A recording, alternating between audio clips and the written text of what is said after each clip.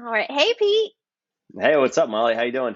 I'm doing great. Thank you so much for joining me today for our second Learn It Live.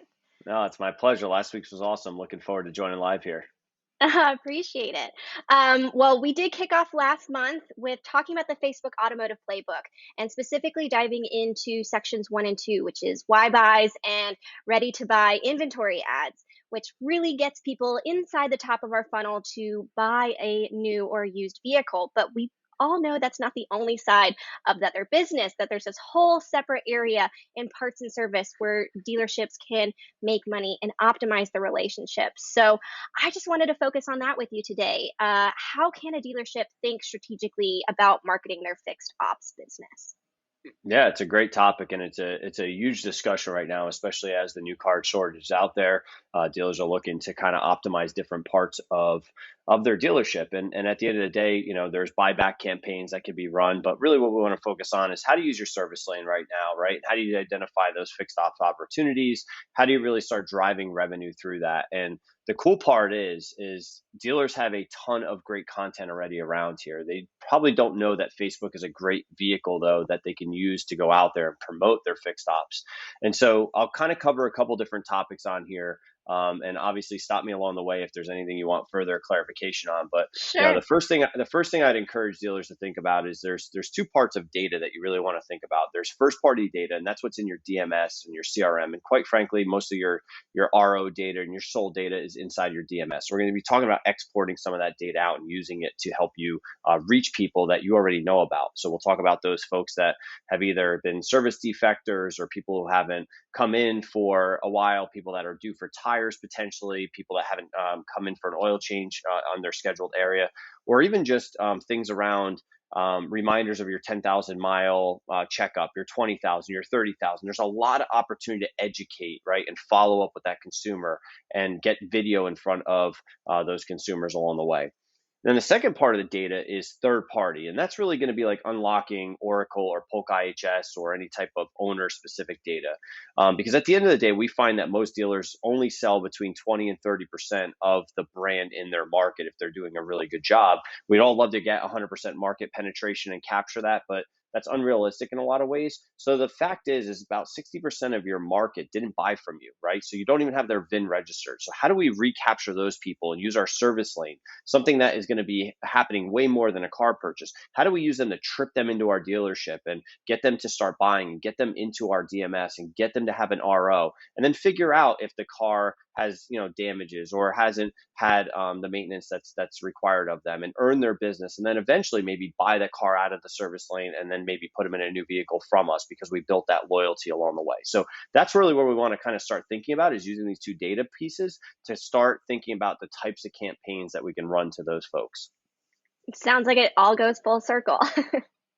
Yeah, it does. I mean, again, it really does. It's just a big flywheel. And if you do it right, right, I mean, most dealers understand that it's all about loyalty and it's about selling that same consumer 5 to 20 times throughout the life cycle of them, right? And then hopefully their family's buying, their household's buying, their friends are buying from them. So dealerships have always done a great job building relationships. We now have the Mm. ability to kind of use social media, which is basically a way to connect with your community and your friends and get those things out there in the same way that you did kind of the old school way, one by one, handshaking and talking to people. Now we can amplify that out and have lots of one-to-one conversations. It's really cool.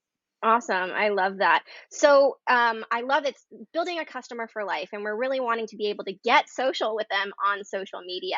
So how how would you suggest a dealership, coming up with their strategy, and where does Facebook and digital marketing fit into that? Yeah, so I would start with like, what's your biggest challenge first and foremost? Is it that you don't have enough ROs? Many dealers right now are telling us, "Hey, Pete, we've got so many ROs, but they want the average RO repair order to be higher, right? So they're looking for more of those, warranty work, maybe factory work. They're maybe looking for more of those 40,000 mile service check-ins that are going to, have new tires associated and major, tune-ups. So we really have to define like what's the business challenge we're trying to serve. And then from there, we determine what data to start using. So I would start thinking about, okay, what are the different challenges we actually face? And it doesn't matter if you use Facebook or not. You should be looking at all of these little micro challenges that you have, because if you can get your average RO up by a few $100s, you're probably going to make more money. If you can get more people coming through your service lane, especially on brand, right? If you're a Ford store and getting more Ford vehicle owners through there.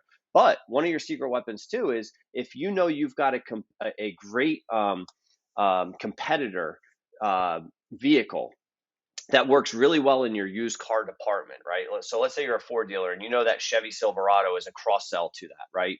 It would be really good to use your quick lane in that case to go get Silverado folks into the quick lane, get them scanned in, and hopefully maybe offer a buyback campaign so you can fill up your service or fill up your used car lot with some Silverados, so that as people are coming in, you're getting those folks to come in on the Silverado and maybe switch them over to a new Ford. So it's ways that we can really use strategy on top of strategy, right, to fix each part of the dealership, and they all work in tandem. And so at the end of the day, these are like kind of strung along, but start simple. Start with like a major challenge. If it's service defectors, let's export all the folks that have bought from us but didn't service. That's a service defect. So we take all those folks out of our DMS. We say, okay, these are people that bought from us and haven't serviced with us. And I would actually argue most dealers choose 2 years as a time frame of like, well, if they didn't service with me, they're not my customer anymore.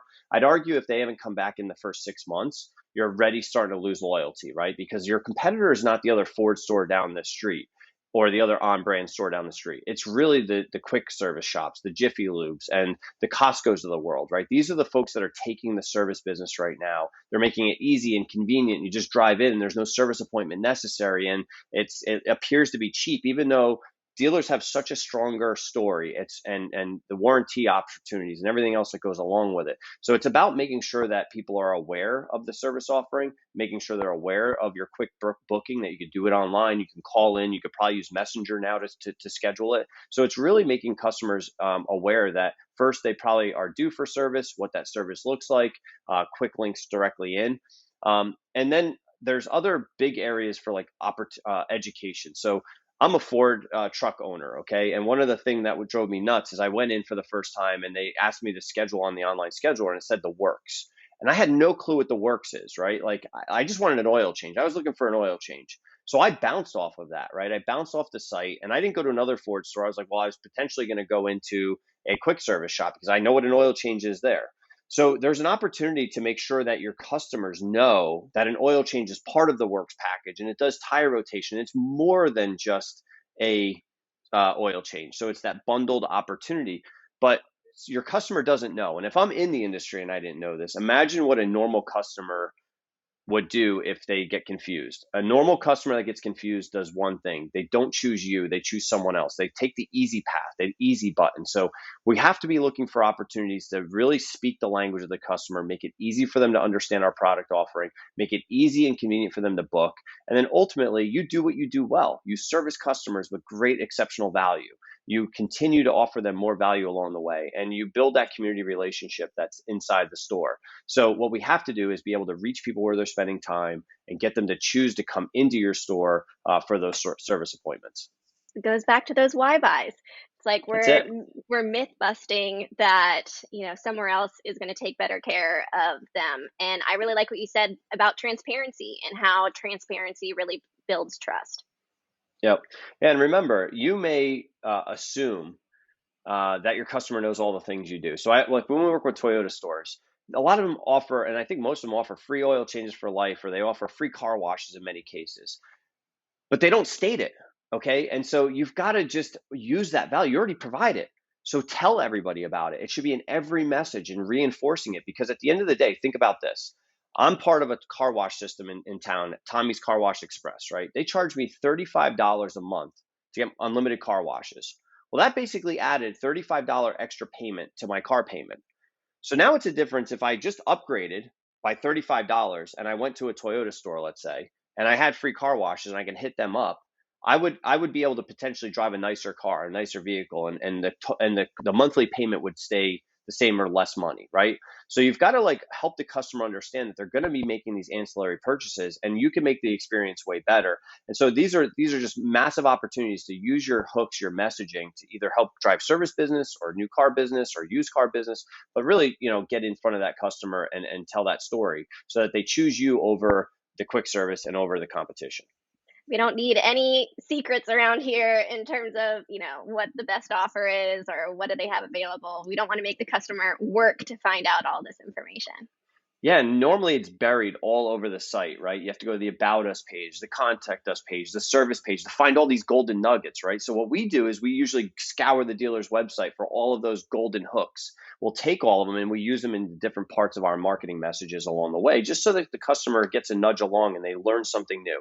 You don't have to put everything every single time you do it and say, hey, we offer all these things, because the cool part about Facebook is it's so inexpensive to reach these shoppers. So the goal is to get 8, 10, 15 different types of messages to them. So they're getting variation and they're learning. So every time they scroll down, it's not the same ad over and over and over. And they learn a little bit about this and a little bit about that. And, what is gap insurance? What is, a warranty, a factory warranty?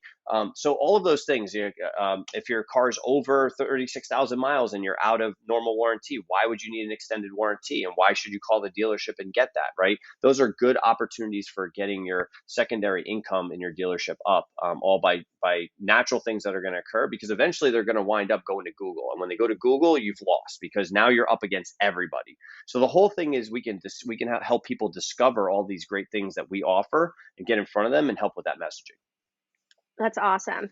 Now, in terms of specific tactics, when we're talking about digital marketing, are the traditional prospecting and retargeting the same aspects apply even to our fixed ops business? Are we still looking at this like a funnel with all those same different approaches? Yeah, you definitely want to. Until the user takes the desired action that you want them to take, the funnel's not complete, right? So if you start off and again, you've loaded up a bunch of people that want that you deem should get tires. Until tire bookings start coming in for those shoppers, it's not done yet, right? So you want to give it an opportunity, not just with one click for tile, right? We might start off with tire specials, right? Here's all the tire specials. They click in, they go to your booking site, and then they get confused, okay, and they bounce. If we don't see that completed booking, you want to follow up and you want to maybe help them understand. And maybe the thing isn't we have to help them about the tire selection at that point, because we're not trying to sell tires online. What we're trying to do is make sure the service appointment got booked with your dealership, right? So if it didn't happen, we've got to follow up and say, hey, if you don't want to use our online scheduler, you can call up and phone us in, or you can use our messenger. Or if you have any questions, we're here standing by. Because most of the time, again, if the customer gets stuck along the way, they choose somewhere else, right? And so at the end of the day, we want to take this approach where we get people in. If they don't take the action that we need, we follow up with secondary things to try to move them down the funnel and into the service lane. That's awesome. All about reducing friction. That's it. Awesome. Well, thank you. You have dropped a ton of nuggets of wisdom on us here, all about data, the different types of data we can use, how we can use that data, where does it fall in the customer journey, and all the different ways that we can myth bust and get our why buys out there. So I really appreciate your time, and I think we've all learned a lot today. Well, thanks for having me, and I look forward to future sessions where we can continue doing this. And if there's any questions that the public has, please, message us in and let's go through so we can put content together that will better serve you. So, at the end of the day, use the comments below, ask your questions, follow up on here. I'd love to hear what you're thinking about, what strategies you use, and ultimately along the way, we'll get better and better along the way on this. So thanks so much for having me, Molly. Thanks again. Absolutely. And everybody stay tuned for part 2 on August 25th. Thanks, Pete. All right. See you soon, guys.